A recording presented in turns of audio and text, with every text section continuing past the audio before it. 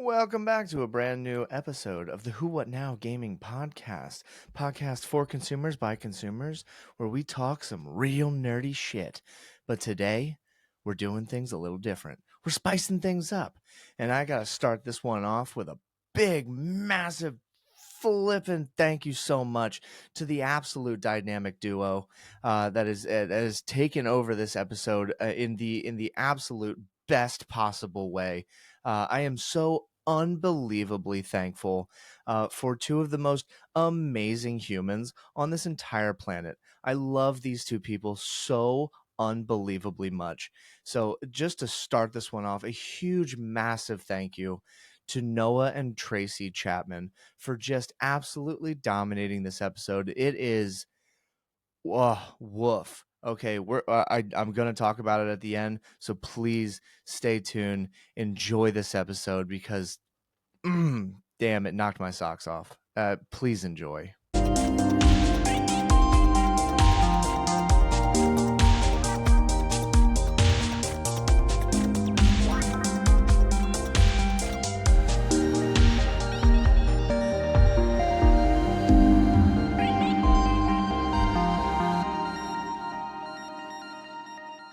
Well, hello there, Who What Now podcast listeners. This is Noah, who you know from multiple episodes, and I'm here with my beautiful wife, Tracy. She has agreed to do a little side quest episode for Who What Now, and her and I just got back from Disney World. We took our kids on vacation, had a really fun time, and so we decided we wanted to do a little episode here going over some of our favorite movies. We are huge Pixar fans, and so while we were on vacation, we hurriedly and completely took down notes and made our lists, and we're going to compare. I think we're probably going to have some similar ones in our list, but I think we have some slightly different options as well. I kind of split mine into two different categories. I have my top 10 for like nostalgia, and then I do have like a separate top 10 for like respect for the film and like the filmmaking aspect of it. So we kind of go back and forth in my mind between which list means more to me. But I think I'm going to start with my nostalgia list because I think that kind of more aligns with yours. I might. We'll see how it goes here. I tried to do my top 10 more for how the content, the artistry of it, the story, and then also emotional impact on me, more so than I got caught up a little bit in the nostalgia. Yeah. When I was trying to do this ranking, like, oh, but that's so special because of it was the first or whatever it might be. Mm-hmm. But I tried to really rein that in and focus more on the movie itself. Interesting. Okay. Yeah. Well, I think that makes a lot of sense. You kind of, so in other words, where I kind of felt like I had to make two different lists, you kind of took all of that into consideration. Yeah. Okay. I went with my gut a lot. With it's hard. This is tough. Yeah, I know. I offer very little to the gaming world, so my interests are pretty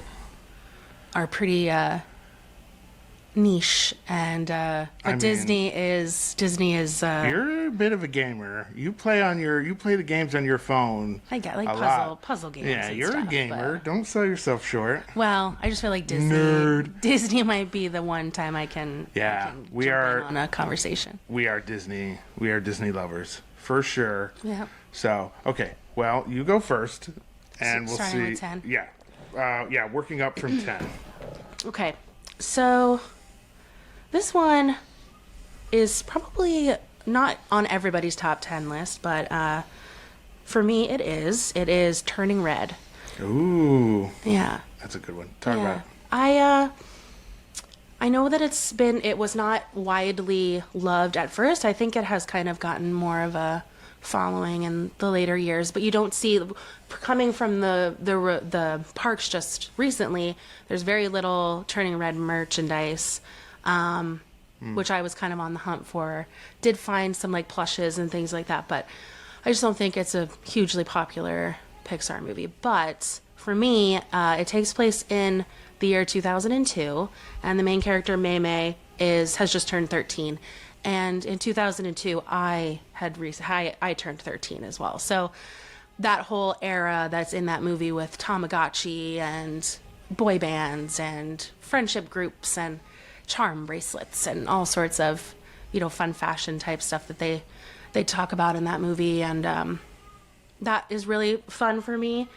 But also the storyline with parental relationships and wanting to please your parents, especially a mother-daughter relationship, being really important and kind of like a central part of the story was also really, really big for me as well, being close to my own mother. So, yeah, so overall, I thought the storyline was really beautiful. And I love the animation. It was kind of different for Pixar. A little bit more like had some anime inspiration. Totally. Also kind of had like Wallace and Gromit kind of aspect to it as well, with like their big faces. Yeah, almost like the frame rate was slightly different sometimes with some of the like facial features and stuff. It's almost like, it was a little bit more almost like stopgap, like you said, like Wallace and Gromit. Yeah. Totally. Yeah, and their I facial totally features see that. were kind of like that too. Yeah. Yeah, and I loved the soundtrack's also really cool. That's a big one for me. Yeah, I really love that movie as well. It's not on my top 10, but I do think they really captured the time period really well. And I think that it was Pixar telling a story that really needed to be told. And I think it was really fun. I love the comment right at the end of the movie where she says something to the effect of, sometimes we're afraid to let the most hidden parts of ourselves out. We're afraid what people will think. I did. And I turned out fine. What about you? And just leaving the audience with that question, leaving those little girls with that question. So good. That's part of what makes Pixar so amazing to me in general, is that you can tell they're always trying to put good into the world when they make these films. And so that was a really good example. Yeah. All right, my number 10 is Monsters, Inc., which I think... I just find that the early Pixar films in general all rank pretty high for me. I just think that they were so groundbreaking in what they did, in how they spoke to things, and just the styling of it. It's number 10 for me because I do think of the early films, it's probably the one that has aged the worst, in my mind at least. But you can't deny, you can't deny the story, and just how classic it is of a tale. I think I play into it the fact that it has a sequel that is so well tied to it.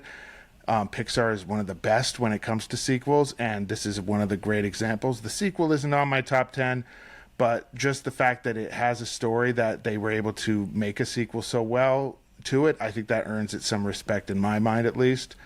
That's one of the times they did a prequel, actually. Oh, yes, you're right. It's a prequel. Yeah. Yes, you're right. It's truly a prequel. So I really love just the story. I love the system that they created. Like, as a D&D guy and a fantasy reader, magic systems and stuff are always interesting to me. And the whole premise that, scaring people creates their power, and that's the only reason they do it. Otherwise, they wouldn't want to be scary to children, but they have to because that's how they live.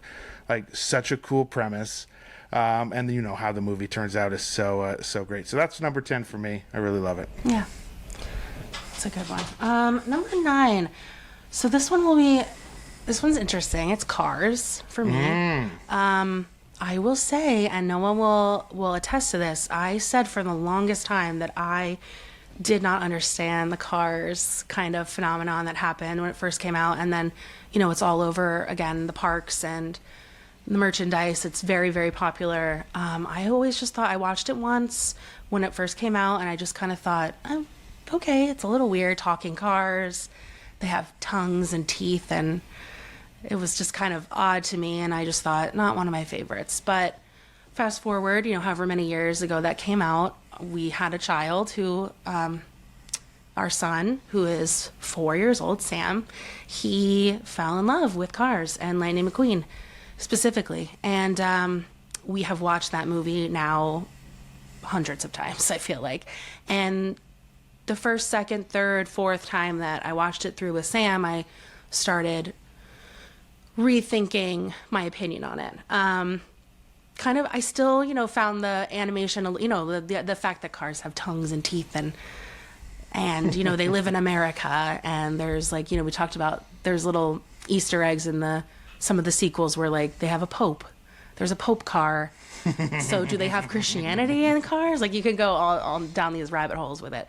But ultimately, I just find Lightning's arc in the film to be really sweet. And, he starts off as this egotistical, kind of pompous race car driver and meets these small town cars, and the whole cast of cars in Radiator Springs, they're all so great. Mm-hmm.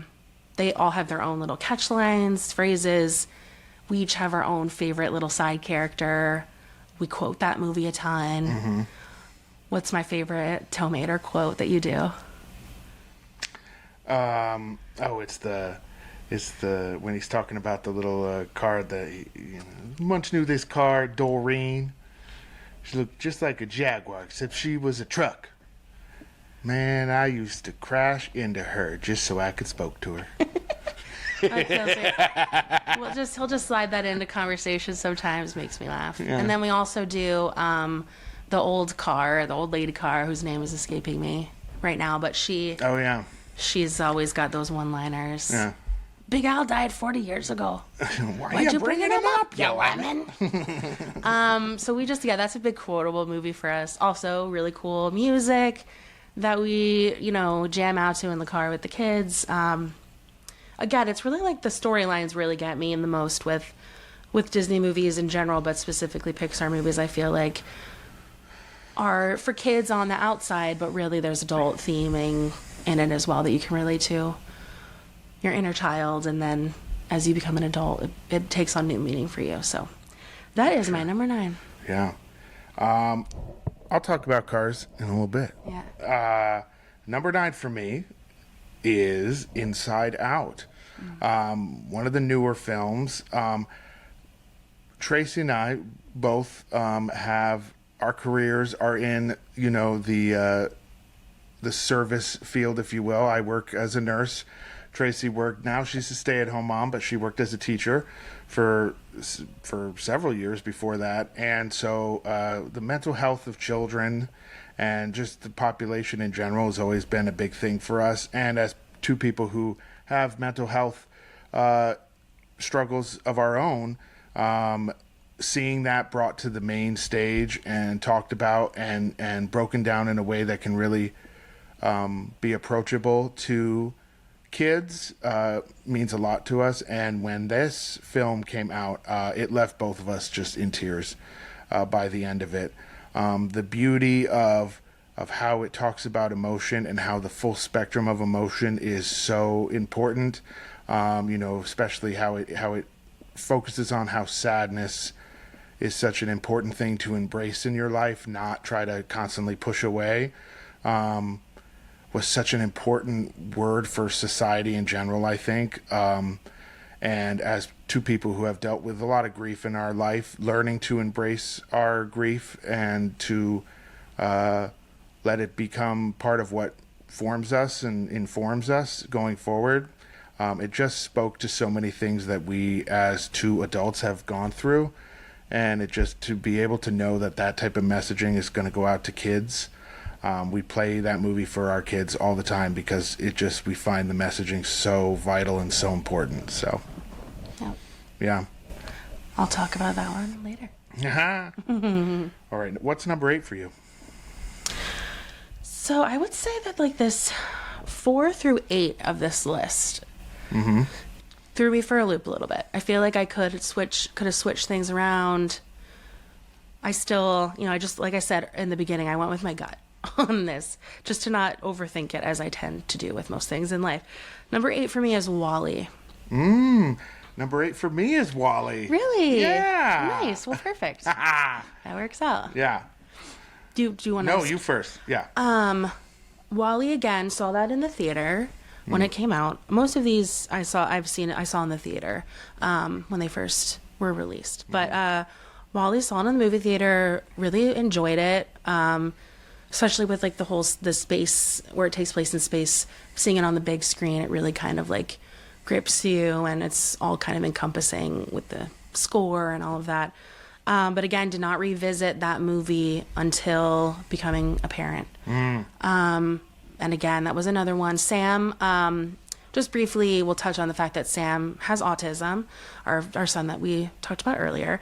He is verbal, but limited verbally, and so he'll just kind of say one word sentences to us that we have learned to either translate, or it's specific enough that we know what he's talking about. And I was going through Disney Plus one day, not that long ago, maybe a year or so ago, and he was into robots at the time, and he saw Wall-E, and he just said robots, and so I put it on, and he was absolutely glued to the screen for that entire movie. And I got a second chance to sit down and actually watch it through, and again, just that movie is so special. Again, kind of different for Pixar, different for Disney. Not a lot of dialogue, especially in the first part of the film. It's like a silent film. Not a silent film.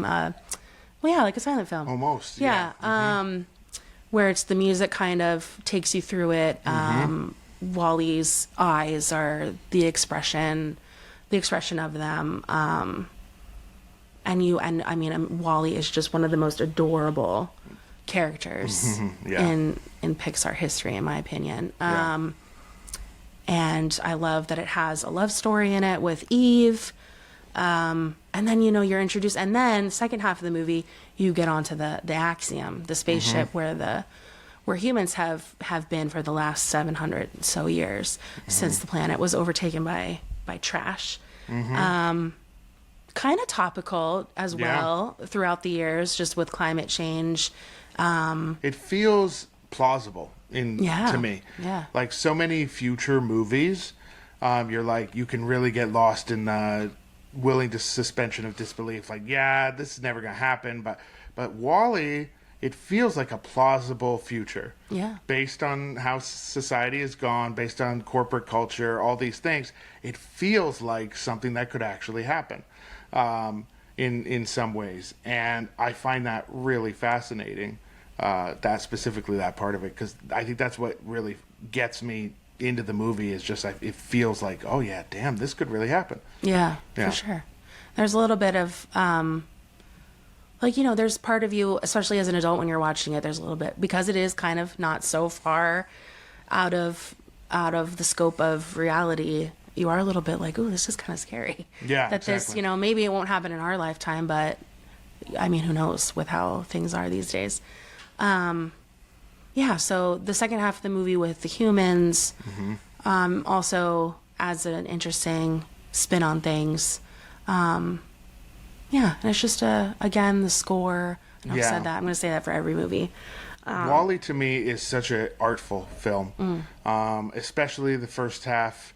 And then some of the things that happen on the ship as well. The artistry, the visuals on that film, and just the art of telling a story without a lot of words, and make it just as compelling, just as easy, and captivating. I think it is one of the best technically that they have ever done.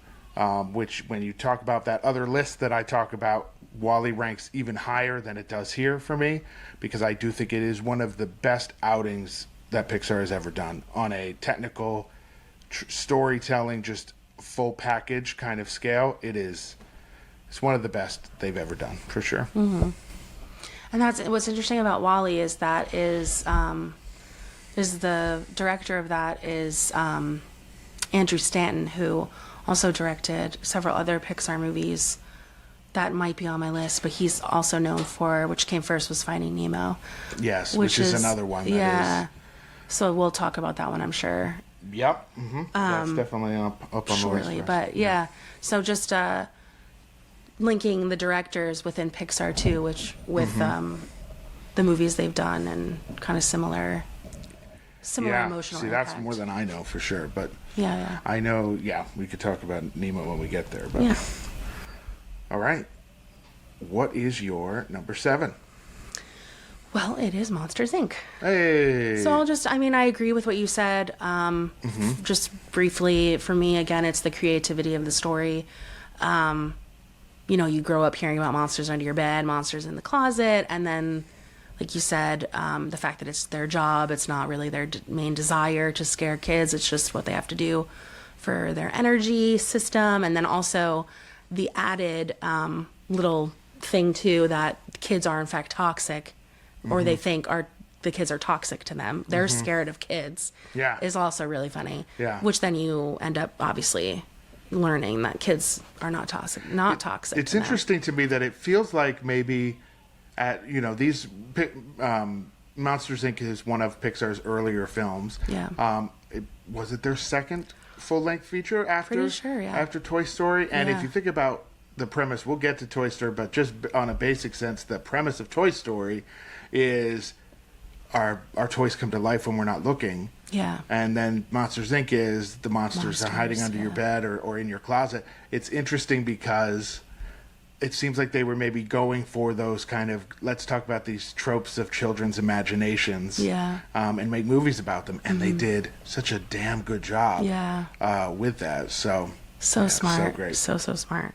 I do agree with you about the animation in terms of it not aging as well as like, say, Toy Story, which was made before it. Although they've done some, I know they've done some. It's possible remastering. that they have done, maybe Toy Story has been prioritized for remastering more than Monsters Inc. Yeah. It's hard to say. There might be reasons for that, but that does not, I think, for why it's a little higher for me on the list is because the animation, the lacking in the animation department doesn't really take away for me as much as I think it does for you. Yeah. And I get that. It stands out to you more than it does to me. Yeah. Which is totally fair. I get that. Yeah. Yeah. So that's my number 7. 7 for me is Coco. Another newer one. Again, I think Coco probably is one of the best visually that Pixar has done in their more modern films here. Some of those first scenes with those banners up in the sky and stuff, it's like, is that not real? Yeah. It's something. They almost had to like back down a little bit from what they could do. Almost, you could tell, to make it still be like a Pixar film. Yeah. But the story of that film, the work that went into respecting the culture that they were taking from, while also making it approachable to kids and to families, that don't know it. Just taking that and making it part of that mission to educate, while also telling a story that's so heartfelt and so just really hits to your core. Some darker tones for sure, but in the end, the story, again, that's one that'll leave me in tears almost every time. So I think just with the visuals, with the art of the cultural storytelling, and then just what they share, just how important family is, but on both sides of that, kind of the importance of being yourself, but also loving family, and how those can work in harmony, and that individuality does not mean that you have to sacrifice community and family as well.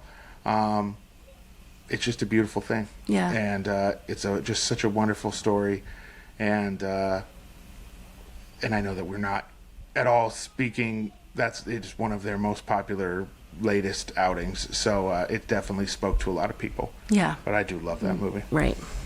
Me too. It's funny because you're listing movies that are a little higher on my list than they are for you. So, and in turn, I am listing movies that are probably, starting now, probably higher up for you. So this is like one of your favorites, if not your number 1. I don't know. Yeah. But my number 6 is Ratatouille. Yeah. And I know that's a big one for you. So I'm sure you'll have you'll have more to Save add. that for me to To add to. But I'll just say, for me, Ratatouille,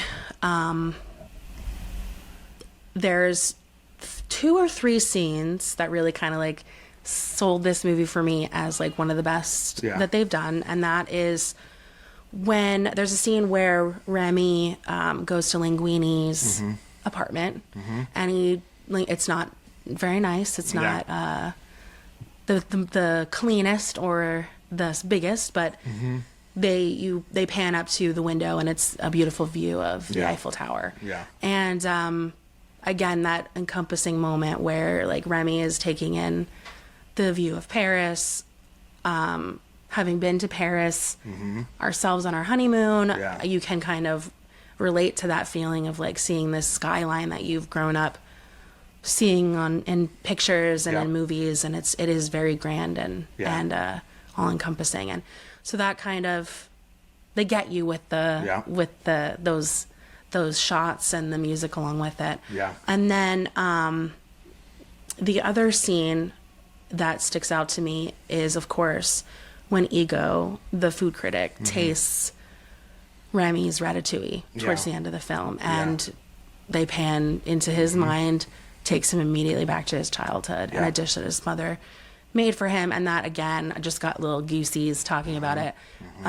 It's just, I mean, such a, being a human is so, you think that you have like, and people do have their own individual stories that make you who you are, but being human is also such a universal experience that we all can relate to, that something taking you back to being a child. And the way they visually represented it, and it's just stunning. And it's just like, absolutely stunning for sure. And that's one of the most beautiful moments in film, I think, ever, really. Exactly.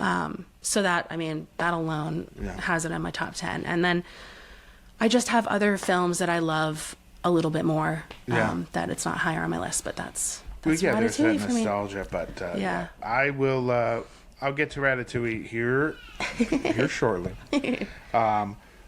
For me, we reach, going into number 6, correct? Yes, number 6 is Cars. So we talked about Cars a good bit. All the things that Tracy said, totally agree. Cars came out right. I was a little old for it, but the story was so good, and my little brothers and sisters loved this movie, so we watched it all the time. Absolute amazing storytelling on the part of Pixar. What a classic trope that they did. Again, paying respects to an area. Route 66, you could tell that there's some motivations there, some passion, part of the people that made the, they research, they look at things. It's just, and another big thing is some of the music done for Cars, I think is some of the best ever done. Some of these songs that were made for Cars, I think, are my favorite performances for those artists. Things like Sheryl Crow in that first song. It's so good. I didn't know that was written for Cars. Yeah, because it got some radio time outside of the movie, which is not always common. But it did. And then the cover of Life is a Highway. Life is a Highway cover is very famous to this day. It's almost the go-to version of that. It is the go-to version of that song now, and that comes from that film. And then some of James Taylor's work on that film is some of my favorite. Wouldn't say it's my favorite songs that he's ever done, but probably in top 3. That Our Town. If you haven't listened to that, just on its own, you should. It's very, very good. Yeah, that's a good point. So that really plays into it for me. Big nostalgia here. Brings me back to being, a early teen with my siblings and watching that, and it was a bonding experience there. So for all those reasons, it ranks where it does for me. Really love Cars. Yeah. Into the top 5. Did you do 6? I did. It was Ratatouille. Oh, there you go. Yeah. All right. Into the top 5. Into the top 5. Number 5 for me is Up. Ooh, very good. I feel like I'm getting to talk about these movies, these like really big Pixar movies, before you get a chance to talk about them. We're getting close, so I'll talk about Up here. Okay. Up. Man, what is there to say about Up? So much. Yeah. Again, the first 10 minutes of that movie Yeah. with Carl and Ellie's story is, again, that could be a standalone film on its own. Still, again, getting goosebumps thinking about it. The Married Life, which is the very famous score song from that movie. You know, I'm not going to hum it right now because I don't have any musical skills, but you know it. And if you don't and you look it up, you'll be reminded. You'll be like, oh, yep. It's a TikTok sound for sure. Oh, yeah, definitely. That whole 10 minutes is beautiful. Devastating. And devastating. Utterly devastating. And especially if you've dealt with fertility issues. As we struggled with fertility, we struggled getting pregnant, had a miscarriage. Yeah. And that whole sequence is just, so relatable to so many people. And then, you see them go through the rest of their lives, and we were so lucky and fortunate to be able to have children in the end. But that's not Carl and Ellie's story. Yeah. And to see the love and joy that they found with each other and within their relationship and overcoming, such a difficult thing in their lives, which can bring some marriages to their knees. Yeah, for sure. Is just beautiful. So that's the first 10 minutes.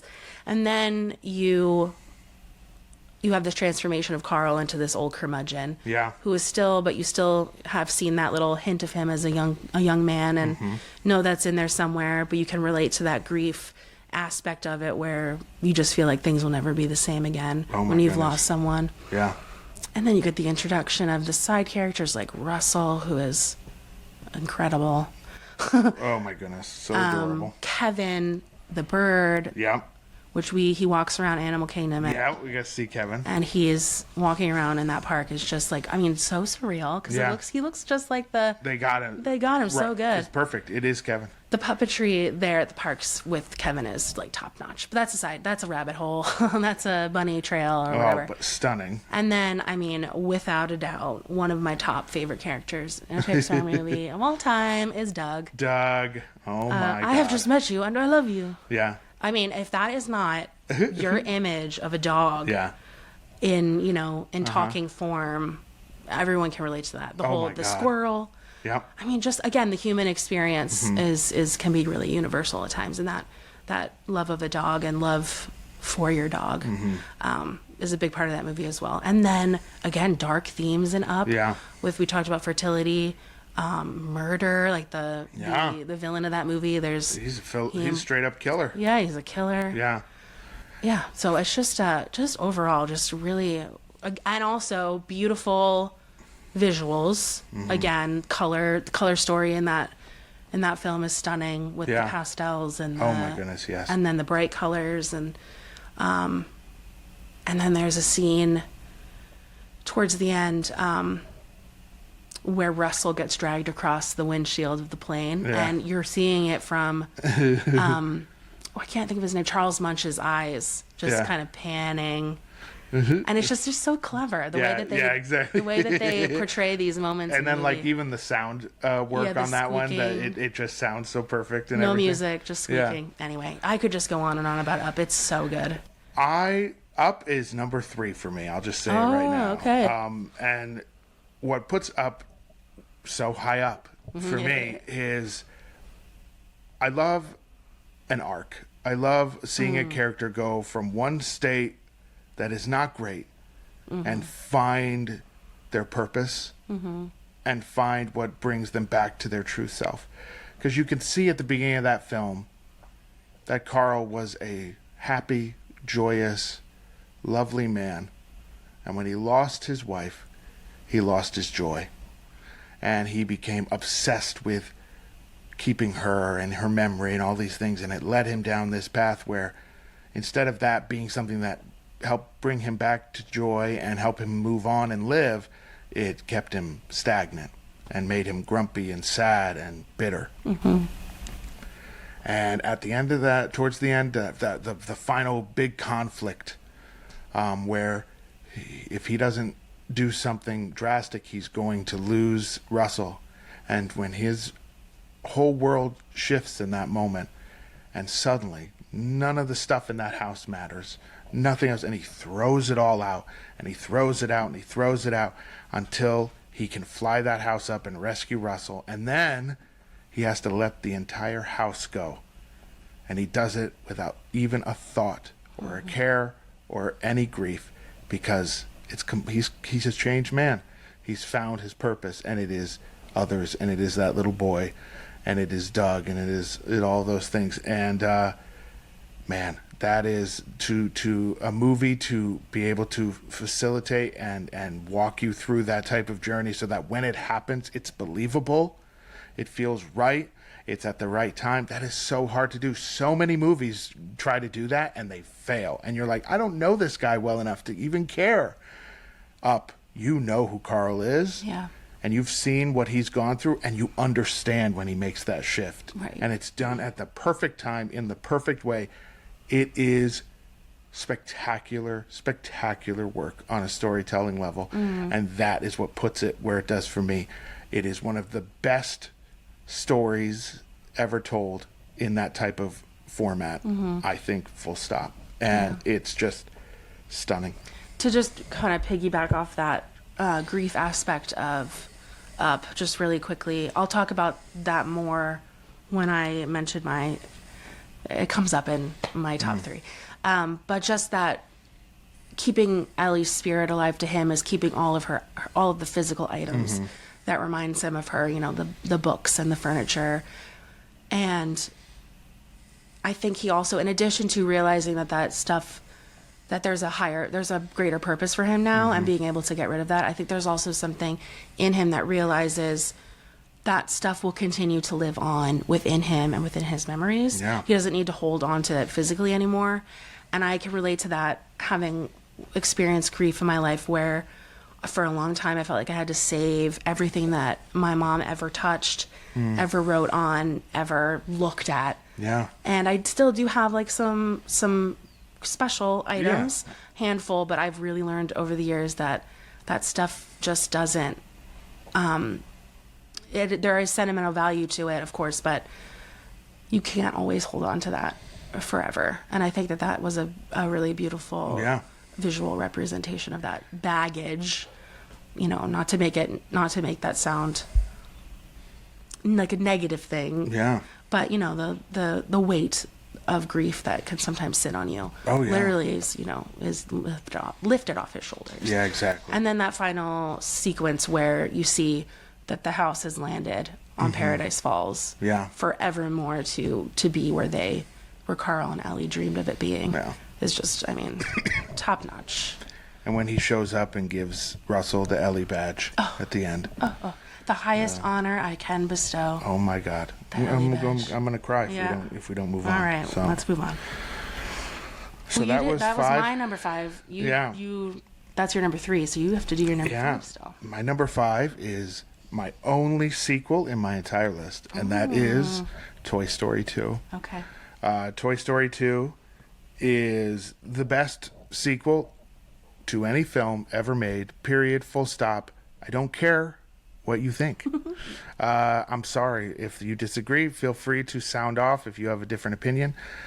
Nowhere in the history of film, in my mind, has a sequel ever been done better than in Toy Story 2. It has been done well many times, but never better than Toy Story 2. To create an adventure that is just as compelling as the first, possibly even more so. To focus your story so that it's clear who your main guy is. Woody. And I love Buzz. I love everybody. This is Woody's story. The Toy Story, especially the main trilogy, it's Woody's story. Even the fourth one.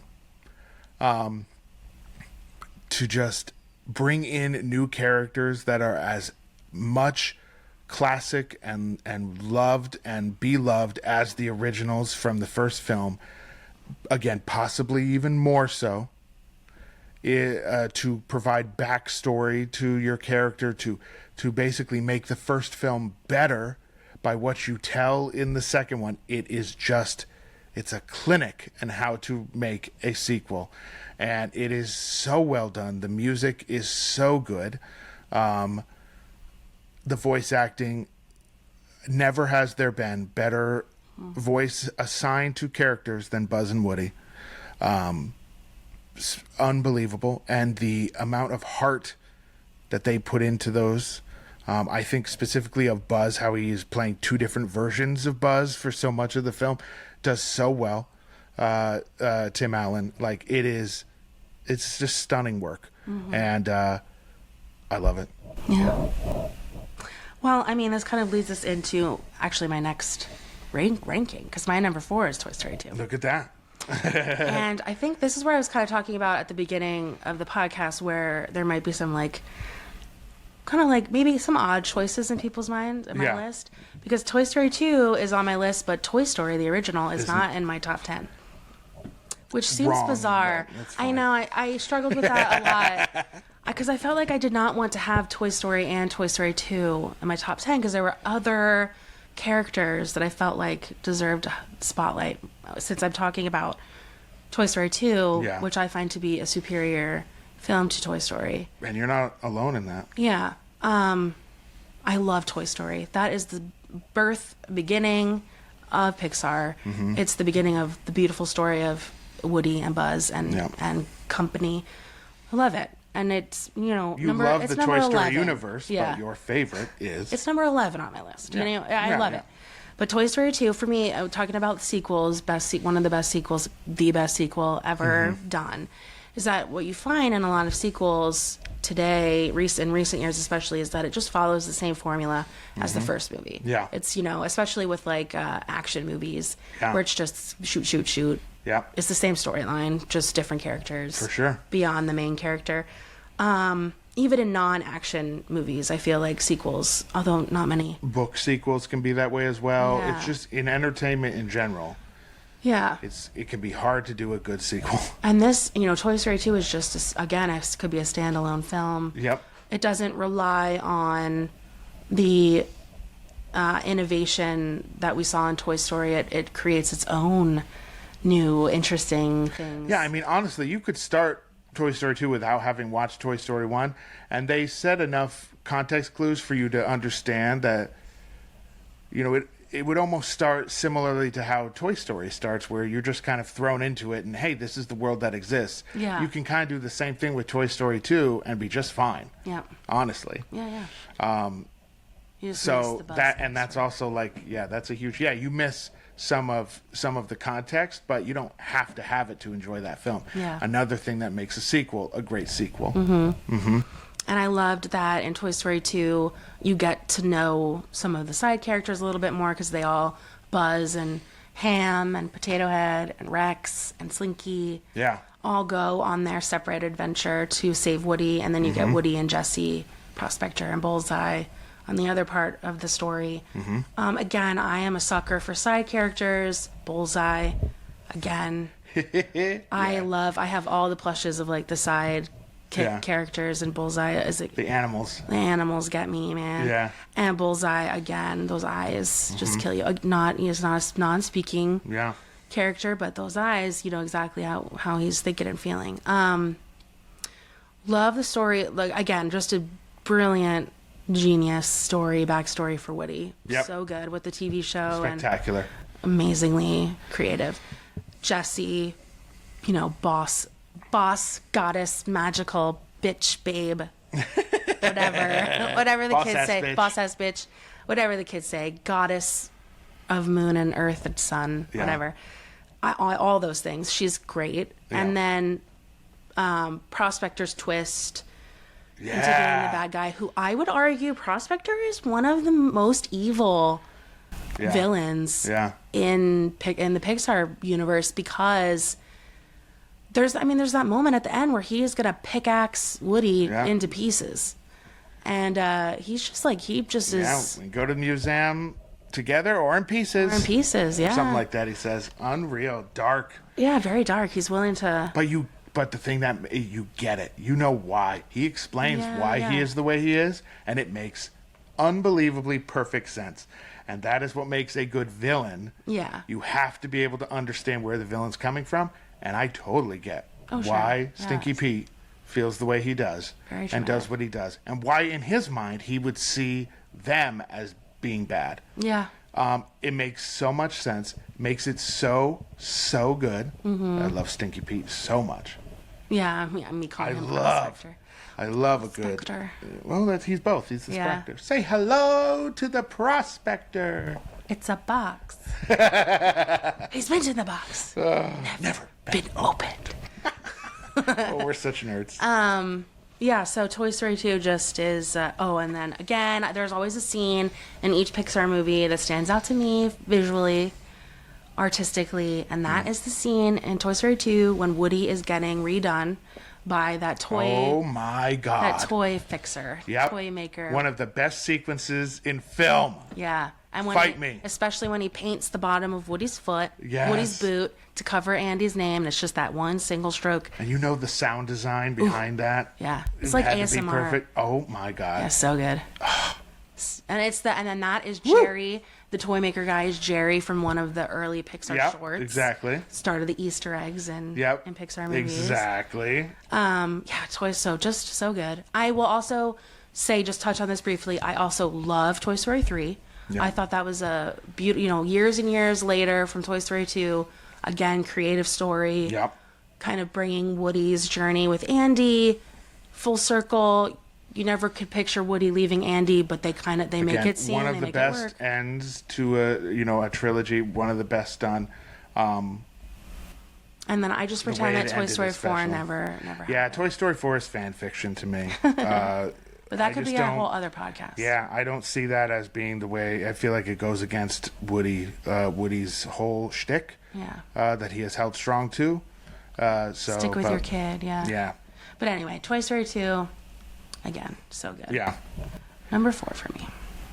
Number 4 for me is Finding Nemo. Okay. Here we go. Yeah. One of the big boys in Pixar. One of the ones that was, I think this took the longest for them to ever develop. Yeah.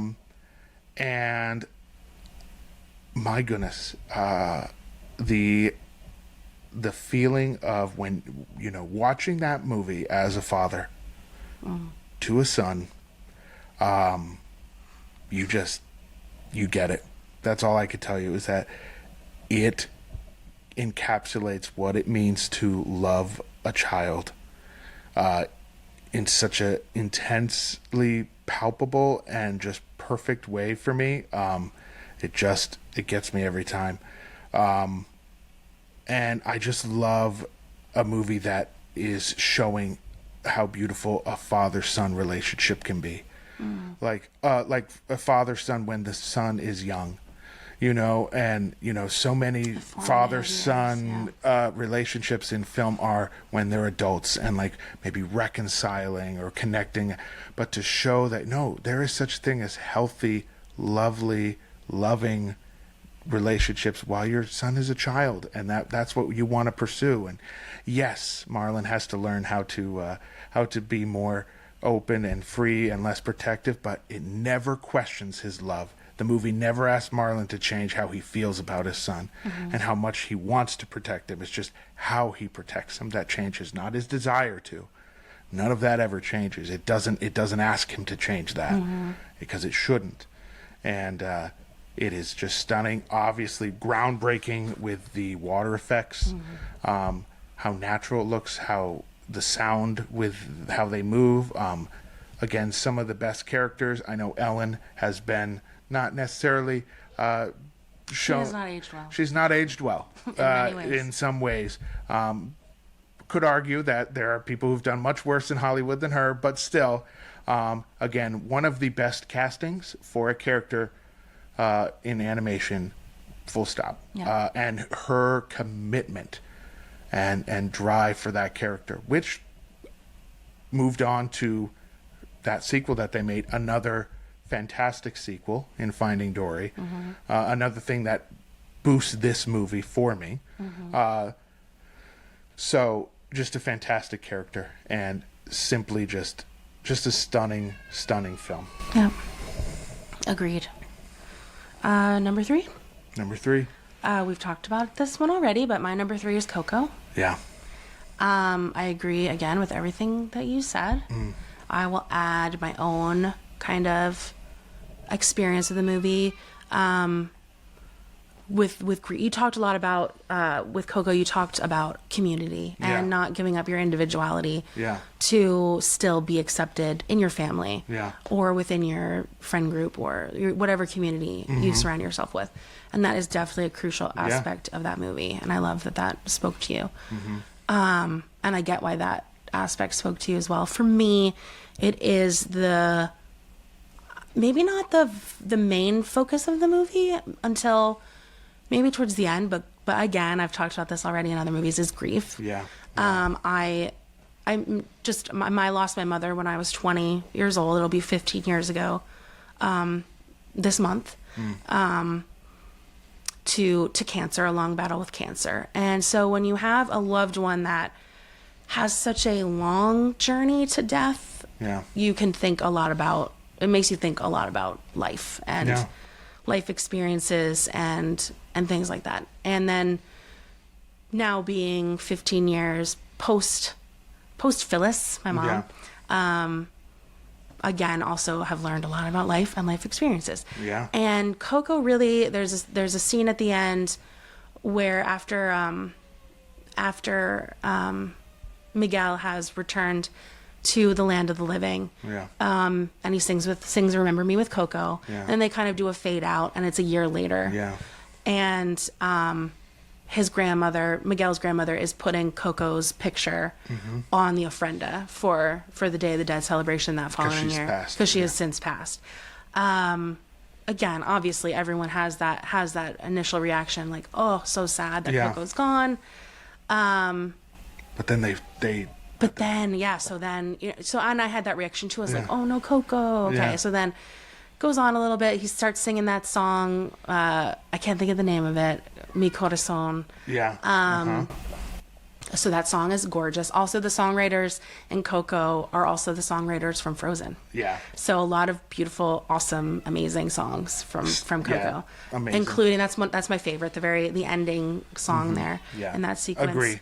So you see then Miguel's family in the land of the dead crossing over the bridge, holding hands, including Coco, to come visit the family in the land of the living. And he's singing, and his grandmother is looking so proud of him. And around, you see Coco in her, skeletal form with her arm around her daughter. And you get the sense in the movie that Abuela, Miguel's Abuela, loves her mother deeply. Like, you can tell that just the thought, she knows that her death is imminent, and she's already grieving her. She's already sad. So to see Coco, with her mind not fully there for most of the movie, to then see Coco in her true form, recognizing that her daughter is grieving her, and putting that arm around her.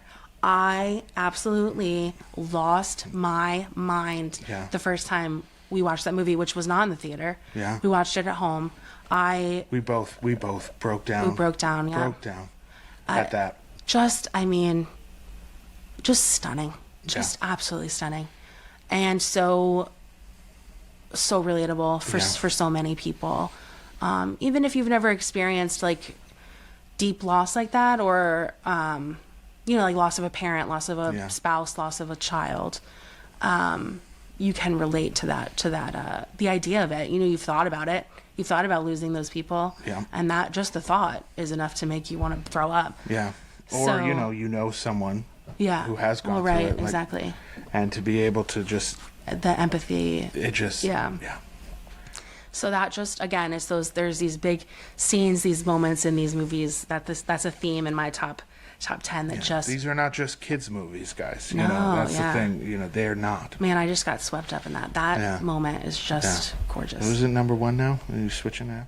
Never mind. It's number 1 through 10. Just Coco. All right, so you're already talked about my number 3. We talked about Up. Right. So what is your number 3? Oh, number 2 now. Oh, number 2. So we just talked about it. Finding Nemo is my number 2. Okay, and you spoke... Oh, yeah. I'm trying to think if there was something... Oh, again, I just want to talk about my scene from Finding Nemo. Yeah. I just feel like, let's just be honest. That's my shtick here. Yeah. That's what we've realized about me is there's a scene in every movie. And it goes along with your idea of a parent's love for their child. Yeah. And also I'm a very protective parent. Sometimes overly so, sometimes to the point of maybe holding back my children at times, which I'm working on and have gotten a little better at. I can be all in the process and the journey of motherhood. Yeah. I would never say that you've made mistakes in that way. Well, thank you. That's very Anyways, good. continue. So, Dory is talking to Marlin in the whale's mouth. Yeah. And Marlin thinks at this point that they're gonna be eaten by the whale and he's never gonna get to Nemo. And Marlin says, I swore I would never let anything happen to him. And Dory says, well, that's a silly thing to promise, or something like that. Yeah. You can't never let anything happen to him, because then nothing will ever happen to him. Yeah. And that just hits you. You're like, Yeah. you can't hold your kids back. They have to experience sadness. They have to experience hardship. They have to experience all these negative life things that you want to protect them from. Yeah. To form, who their true self is meant to be. Yeah. And my whole thing is, I just want my kids to be happy. I don't want them to be sad. Yeah. I don't want them to be mad. I don't want them to be scared. I want them to just be happy all the time. And that's just not realistic. And that's something that I have to work through. But Dory, that quote sticks in my mind a lot with parenting. goodness. Then nothing will ever happen to him. Yeah. Yeah. You don't want One that of my either. favorite quotes is when he asks Crush, how do you know when they're ready? Oh, yeah. And he just goes, well, you don't really know. Something to the effect of, you don't really know When they until know, they know. When they know, you know. And I was just like, yeah, it totally made sense to me. Yeah. Yeah. Yeah. There was no, I was like, yeah, I know. So yeah, that's just my little addition to the Finding Nemo chat we had earlier. Absolutely stunning. Let's see. Number 2 for me is Ratatouille. Ratatouille is number 2 on my nostalgia list, and it's number 1 on my technical list. Ratatouille, I won't be questioned on this. I truly believe Ratatouille is the best Pixar has ever done, period. I don't think that it will ever be outdone. I do think that, yes, there's some nostalgic moments story-wise that maybe other films hit a little deeper for some and for others, even me, as I grow. But as far as mixing story, visuals, sound design, culture, all of these things, it's just spectacular. It is visually one of the best they've ever done. That sequence towards the beginning where Remy is crawling through the walls and there's all these little moments and things that happen. I mean, stunning work. When I first watched this movie as a kid in my grandmother's living room, the scene where he discovers that he can control him with the hair, and just how unbelievably hilarious it all goes down. And then finding out that the voice of Linguini ended up being one of the animators, because he just knew how to put voice to those movements that they were doing. Just made so much sense. I remember I had not laughed that hard as a child ever at a movie, and so that's a huge memory for me. And I just love the depth of the storytelling. That scene with the critic at the end, absolutely just one of the best visualizations of that experience of when you taste or smell something, it taking you back. One of the best visual representations of what we've all felt at one point or another. And it is just art. That movie is an art film in my mind. And I know it's like, they're talking rats. What in the hell are you talking about? I'm telling you, it's an art film more than anything for me. Yeah. I'm just blown away by it. Yeah. Well, again, that choice to rats in the kitchen obviously are like, that's exactly. A no-no. So they could have picked, they didn't pick a dog to be a chef. They picked a rat. Exactly. To that whole, to just that clever stuff that is. That's how you create classic, and even like taking the risk of doing that when Mickey Mouse is the Disney character. Yeah. So to create a talking rat, Yeah. I remember hearing that some people thought that they didn't like that. They thought, but I mean, Remy the rat is one of the most classic Pixar characters now. Yeah. Ever Has made. a whole ride. Yeah, he has an entire ride at the parks. One of the biggest festival that they do at one of the biggest parks in Disney World. He is the mascot of. Like it is. He has. He's beloved. They nailed it. It was a risk. They took it, and it paid off. Yeah. So good. Yeah. Did we do? So is this? Did I do my number 2? Yeah, Finding did. Nemo. Yeah. So we're at number 1. Our number 1. So number 1 for me is Inside Out. I love that. Yeah. We talked about Inside Out a little earlier. Yeah. I just kind of listened and will agree again. We're very in tune with, our opinions are very kind of in sync. It's like we're married or something. I know. It's like we like each other. So I, again, echo everything you said. Personal experience for Inside Out is, you talked about sadness in your experience, and for me it's anger. Yeah. I grew up, I go to anger a lot in emotion, whether it's like, if I'm impassioned about a topic, it could come off as kind of, there's that anger type response. She's a spicy girl. I'm spicy, yeah. Feisty, like our daughter is also feisty. She gets it from her mom. And maybe a little neurospicy. TBD. So I relate to the anger aspect, but just all overall, those core emotions that they talk about. And joy is just so, at the beginning, her journey again is just so much about suppressing those other emotions to have joy be at the forefront, which is so much of what's expected of children. Yeah. And then because of that expectation as a child, it then creates this kind of, it creates adults then that do not know how to handle emotions that are natural in a healthy way as you grow up. And I can totally relate to that as a child. I very much was told that my anger was it was a problem, not appropriate. You can't be angry. You need to be happy. You need to smile. All that stuff kind of happened, and that just made me angrier inside. And so I've had to really reckon with my anger as an adult because I didn't learn how to process my emotions. I love my parents, love my mom, obviously very close with my mother especially, and I'm not saying that they did anything wrong. I feel like that's the generation of parents, boomer parents. Yeah.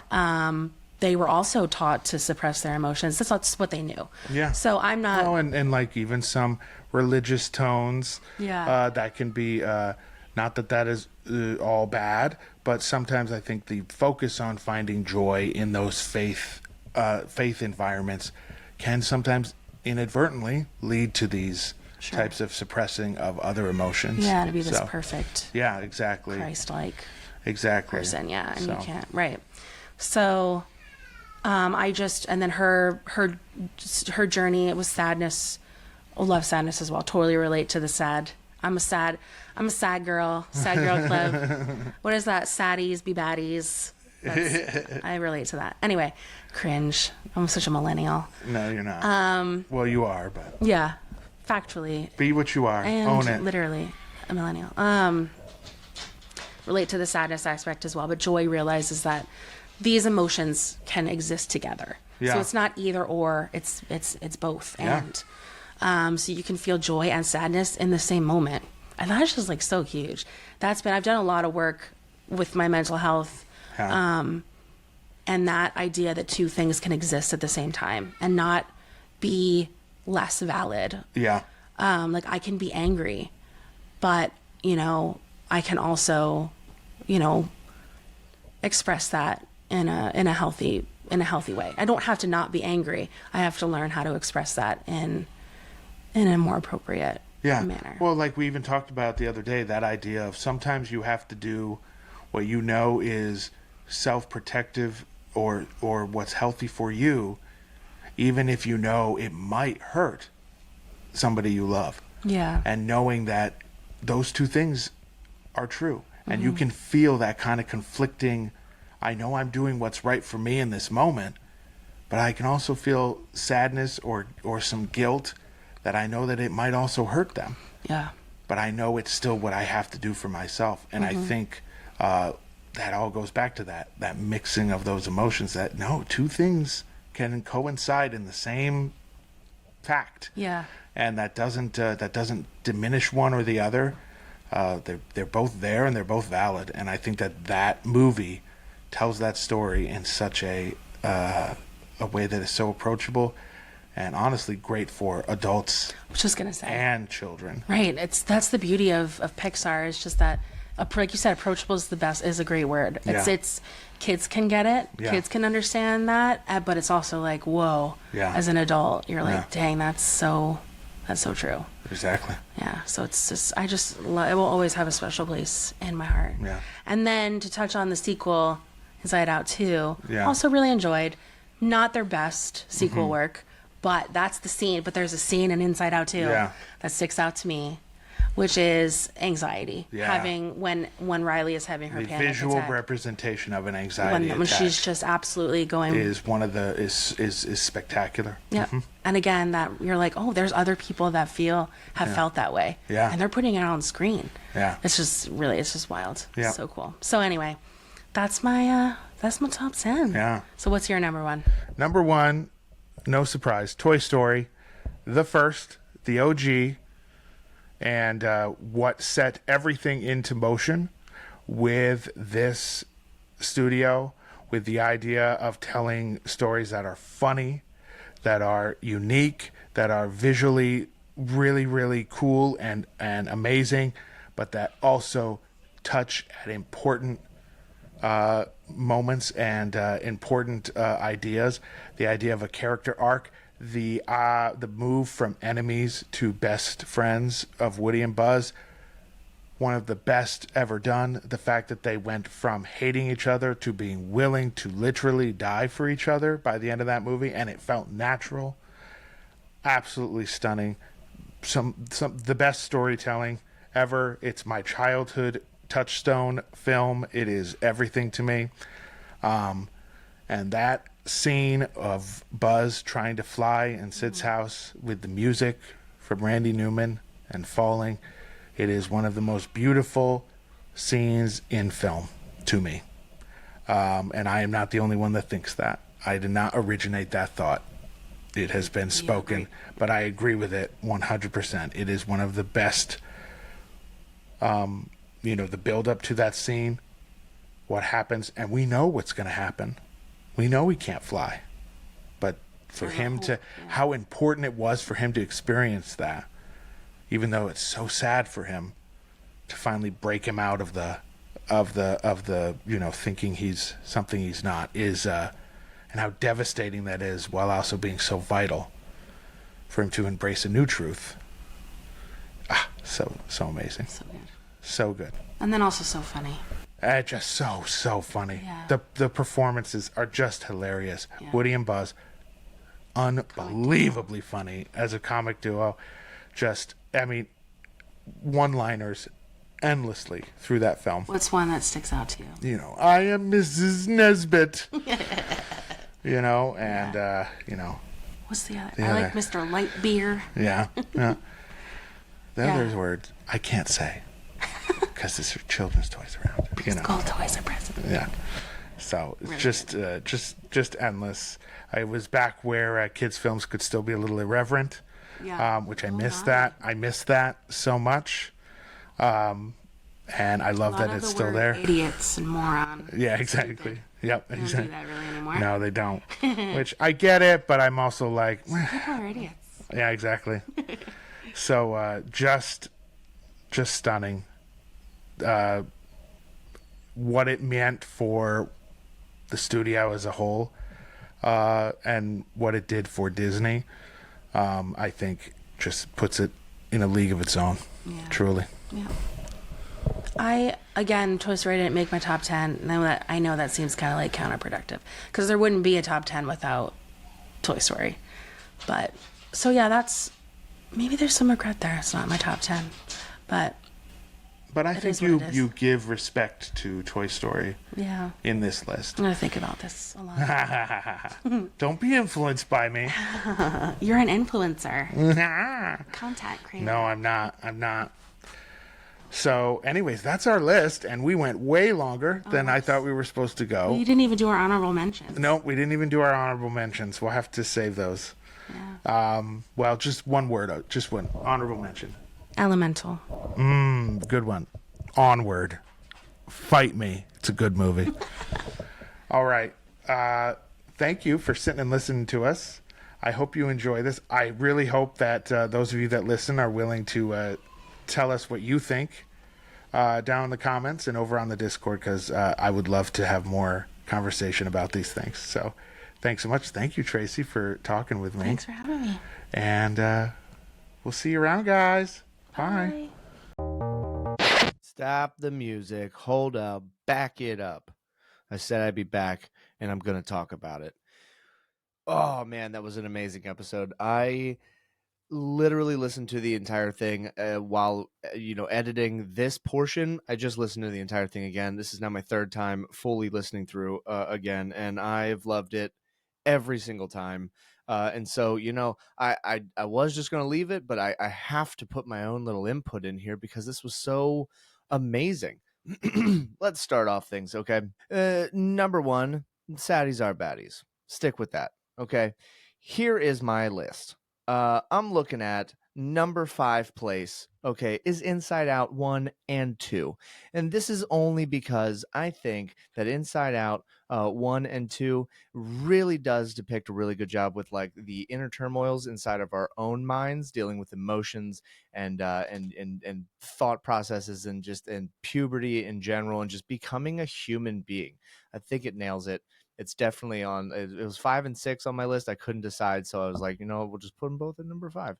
Number 4, I put it with Turning Red. I have to agree with Tracy. This is a fantastic movie, and especially when it comes to just like the idea of just becoming yourself without losing the the remnants of tradition and who you who you are and who you or where you came from and such. So it that was definitely number 4 on my list. Number 3 I had was Onward.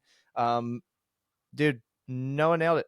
Fight me on it. It's a fantastic movie, but I think really diving deep into the idea of being able to let something go, but still being able to grow from it and becoming a better person for it, and pulling in like special relationships and such.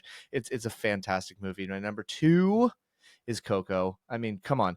I definitely, while making this list, I definitely learned that I am super, super into, becoming your own person. Be who you want to be. And as long as who you are makes you smile, you've nailed it.